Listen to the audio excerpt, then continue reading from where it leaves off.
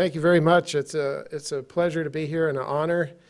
I should probably start by saying that I did almost all the research for this book upstairs in the archive, which is a great facility. We're lucky to have it, and the staff are extremely helpful.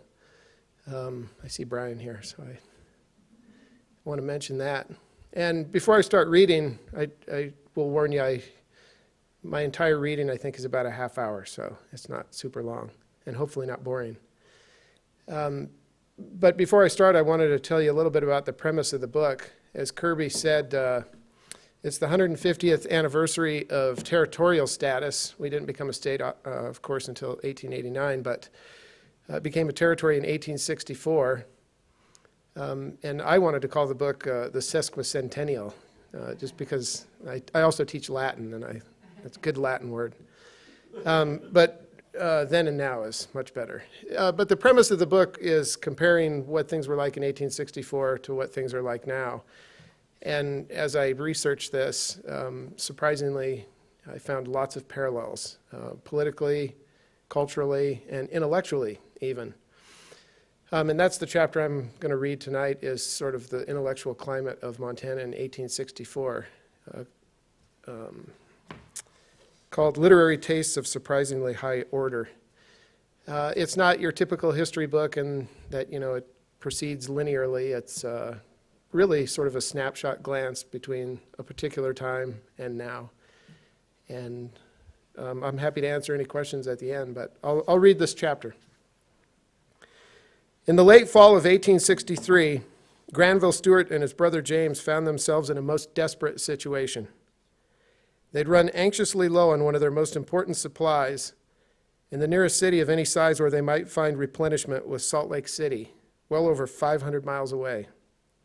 What was worse, they could already see winter storms darkening the narrow valley of the Madison. Deep snows would soon eliminate any chance of eluding a crisis. Granville's journey entry betrays a worried tone uncharacteristic of a seasoned pioneer. So what was this all-important staple they were missing? Books.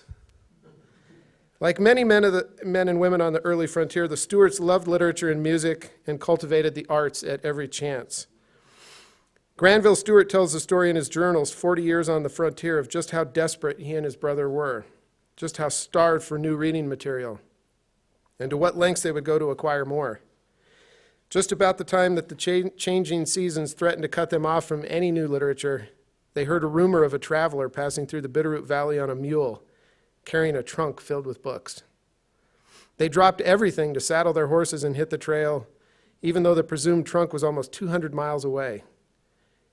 Without a house or anybody on the route, and 3 big rivers to cross. That's how he put it.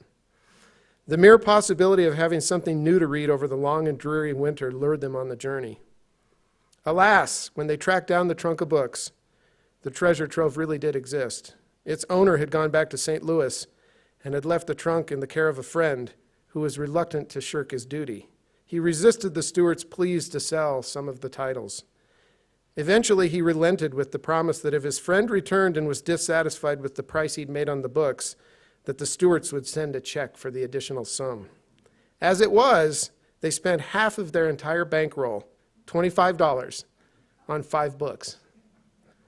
When you consider that at 1863 prices, that $25 would have purchased 100 pounds of beef or 25 pounds of flour, those books turned out to be rather expensive. By today's prices, James and Granville spent the equivalent of $250 for those 5 books. I'm not sure I know many people who, when facing a long, cold Montana winter with only $500 in the bank, would be willing to spend half of it on books. Such was the love these pioneers had for literature and reading. What did they get for their money? Granville proudly lists the titles they chose: illustrated editions of Shakespeare and Byron, Headley's Napoleon and His Marshals, a Bible in French, and Adam Smith's Wealth of Nations. It's an interesting collection of reading material, to say the least. The Shakespeare and Byron were doubtless a natural choice, but the French Bible shows just how literary the Stewarts were. Napoleon and His Marshals, published in 1846, was a popular history in its day.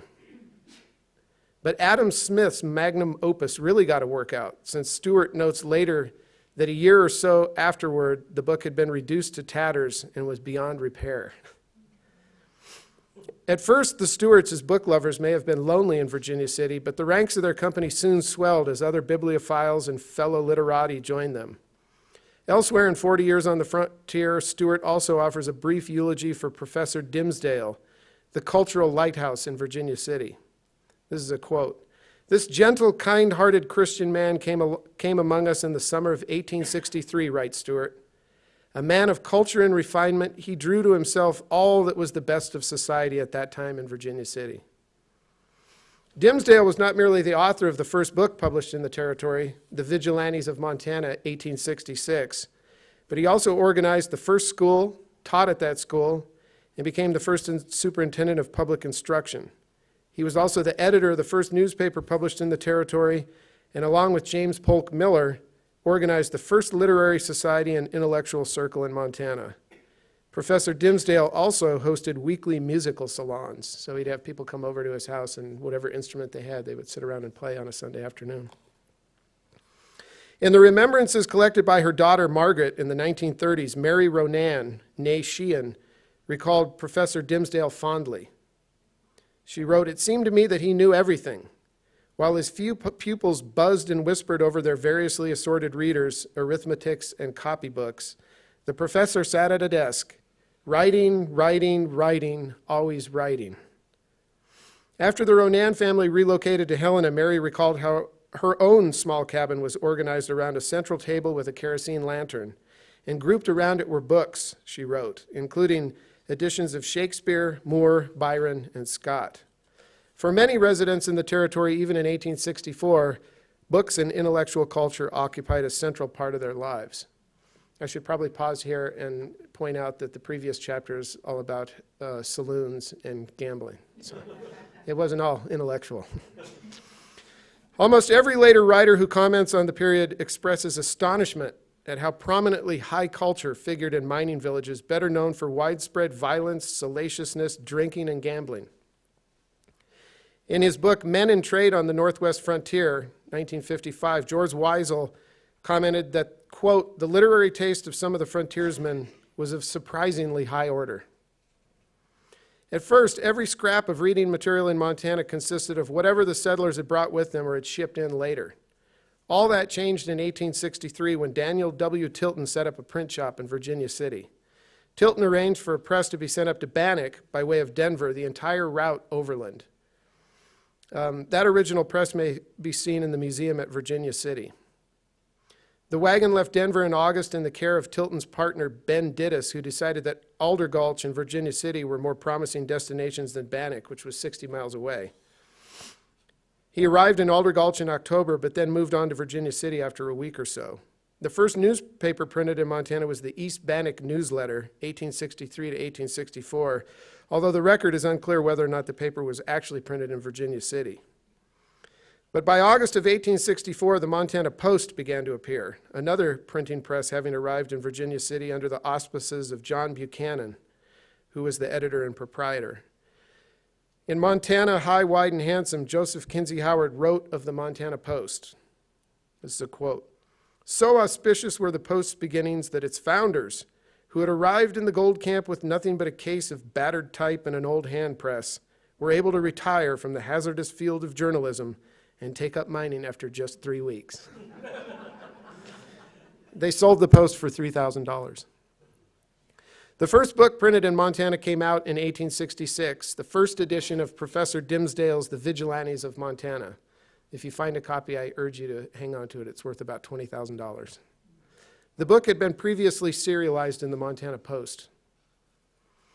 Early printers had no shortage of work and in fact found themselves swamped with job work, posters, notices, bills, and the vast miscellany of paper forms associated with business in general and mining in particular. A common job involved the printing of tickets or dance cards, a small letterpress card that guaranteed the bearer, quote, "good for 1 dance and 2 drinks." The price of a ticket was $1. According to records at the Montana Historical Society, the very first printing job produced on Tilton's press in 1863 was just such a set of 200 dance tickets for which the printers charged $25. Since the early town builders had a healthy reverence for books, it isn't surprising that they started building schools early on, often before they built churches. Compulsory public education was just getting traction back east in places like Massachusetts and New York in the 1850s, but in the Western territories, an urge to provide public schools for children kept pace with developments back east. A famous photo of the log cabin that served as Sidney Edgerton's governor's mansion for the Montana Territory in 1864 notes also that it served as a school through the 1860s. This first school was crudely made of peeled logs daubed with mud between, protected from the ravages of wind and storm by only a sod roof. Edgerton's niece, Lucia Darling Park, served as the first schoolmistress in Montana, although a subscription school had been conducted in the summer of 1863 in Bannock by a Mrs. Henry Zoller, which, according to historian Mabel Ovitt, was the first school of any kind in Montana. According to another of Montana's earliest school teachers, Sarah Raymond Herndon, a school was erected in Virginia City in 1864, made of logs and measuring 50 by 25 feet. She claims in her reminiscences that the Virginia City School was the first paid for through public funds, and that it routinely had classes of 50 to 60 students. The school was free and open to any child in the region. This is my favorite part about her account. Miss Herndon wrote that she paid $6 in clean gold dust for her teaching certificate after having passed a grueling oral examination put to her by the district clerk who hired her. As for institutions of higher education, Rocky Mountain College in Billings purports to be the first college founded in Montana. But the story behind that claim seems akin to me of the old yarn about the antique dealer trying to sell an axe that once belonged to George Washington, although the handle had been replaced twice and the head replaced once. The first college in Montana was called the Collegiate Institute and was located in Deer Lodge. It first held classes in 1878. In 1889, Helena's first college opened, founded by Methodists and called Wesleyan College. Over a decade later, the Billings Polytechnic Institute opened its doors. But it wasn't until 1947 that all three of those schools joined together, at first using the name of the Billings Polytechnic Institute, and later it was changed to Rocky Mountain College. Complicating things even more, the colleges involved in that merger had all moved around themselves in the preceding years, taking on various other names. The land-grant institution, Montana State University, was founded in 1893 as the Agricultural College of the state of Montana. The University of Montana was founded that same year, although confusion often arises because until 1960, U of M was called Montana State University. So the school we know as U of M began as MSU, and the school we know as MSU began as the Agricultural College. My father's an alumnus of, he's a MSU guy. I graduated from U of M. The state has only 3 accredited private institutions of higher education: Carroll College, Rocky Mountain College, and the University of Great Falls, which together enroll approximately 5,000 students.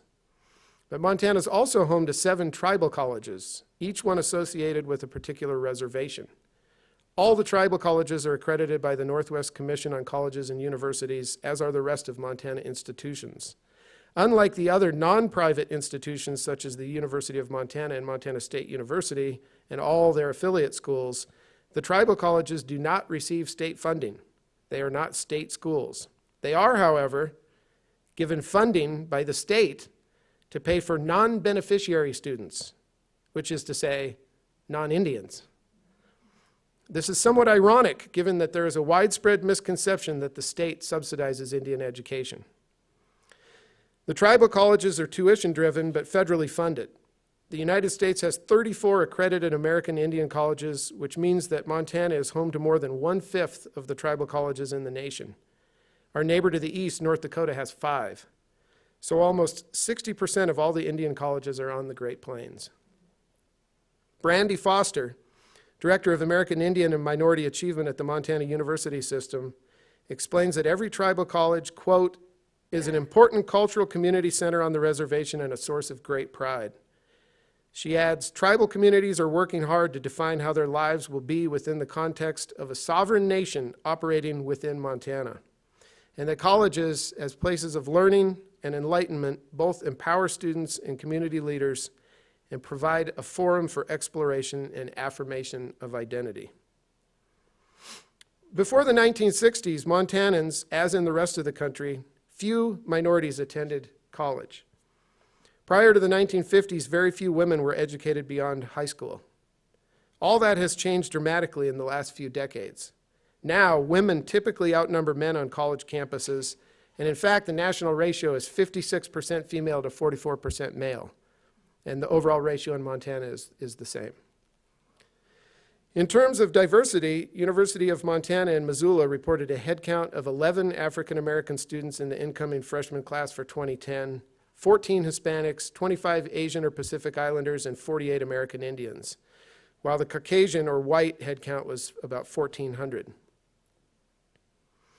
And I won't read all of these statistics, but basically all of the schools in Montana are about that same demographic.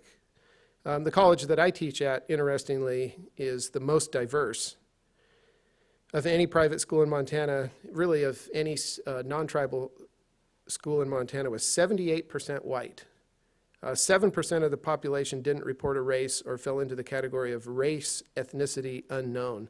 And these figures are kind of difficult to make sense of because it is an option to mark no race or race not known or prefer not to answer, and so then a big percentage falls into that category. But I guess the point I'm trying to stress is that like the city of Great Falls, the University of Great Falls is the most ethnically diverse institution in the state. As for the tribal schools, Blackfeet Community College reported a student population of 649 students with 96% Indian, and the rest of the tribal colleges are similar. While the extent of educational resources available may have changed dramatically from 1864 to 2014, one point of consistency in Montana history has been its sustained commitment to quality public education. And I see we just passed the latest mill levy. Montana K-12 students routinely perform in the top tier on national benchmark tests. To go back to the printing, the influence of printing in Montana. In 1864, probably the most convincing sign of a shift from a rough and tumble mining camp to a bona fide community was the arrival of a printing press. Once a region had access to local news and commercial notices, the sharing of information could radically transform a community. The media that rolled off those early printing presses, handbills, newspapers, broadsides, were the Craigslist and the eBay of their day, enhancing an already mercantile society and connecting communities that often were a few days' journey apart. But the printing press also generated historical artifacts and art. The documentary history of the territory is forever preserved in the many imprints produced in the period from 1864 to 1889 and continued through the early years of statehood. But the press also made possible art in the form of narrative history, or what we now call creative nonfiction. When Dimsdale published the Vigilantes of Montana, he inaugurated a long tradition of literary output in a state now as famous for its writers as for its mineral wealth or its wilderness. This is due in no small part to the efforts of Richard Hugo and his progeny at the University of Montana in Missoula, who cultivated one of the most competitive and popular writing programs in the country. The list of alumni and affiliated faculty reads like a syllabus of the great American literature of the last 50 years. Richard Hugo, James Welch, Richard Ford, William Kittredge, Onyx Smith, Deborah Magpie Erling, Judy Blunt, Kevin Canty, Sandra Alcosser, David Axelrod, Kim Barnes, Mandy Smoker, Rick D. Marinis, William Finnegan, Mark Gibbons, Fred Hafley, Melissa Kwasny, Janice Ray, and Paul Zarzyski, and one could keep listing. On the other side of the divide, in the eastern part of the state, it would be hard to spill a drink in any bar and not splash a few drops on a writer, particularly down in the Paradise Valley. Jim Harrison, Tom McGuane, William Yortzberg, Tim Cahill, Walter Kern, Doug Peacock, David Quammen, Richard Wheeler, to name a few and omit many others. Many of Montana's finest and most respected writers are Indians. Nowhere is the hopeful resurgence of American Indian culture more visible than in Montana literature. The works of James Welch, Deborah Erling, and Mandy Smoker, to name just 3 writers, offer a counterclaim to Black Elk's sigh of despair about the Indian nation's broken hoop and its dead sacred tree. As Larry McMurtry has observed, modern Indian writers, like these Montanans, quote, protect the stories of their people in the conviction that by protecting the stories, they secure not only the past, but the future too. From the start, Montana has been fortunate in its ever-increasing stable of educated and progressive thinkers who champion the written word and the artifacts of intellectual inquiry.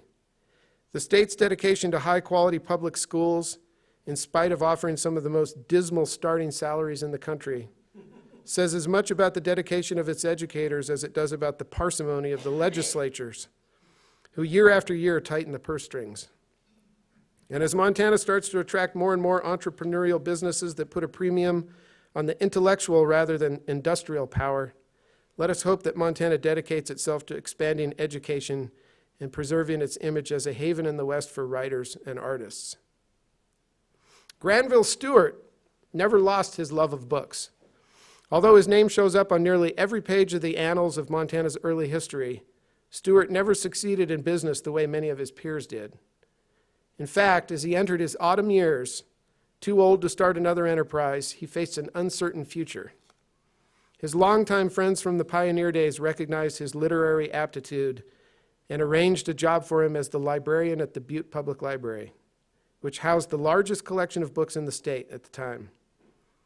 Stewart himself had donated 700 volumes of his own library, his prized collection, including the French Bible that he and his brother had gone to such desperate lengths to acquire back in 1863.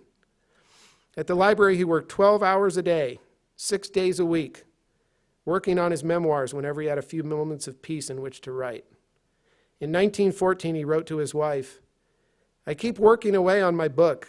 It will be a winner, sure, but the interruptions are fierce." He spent the last few years of his life surrounded by books in the heart of Montana, revered as the Montana pioneer.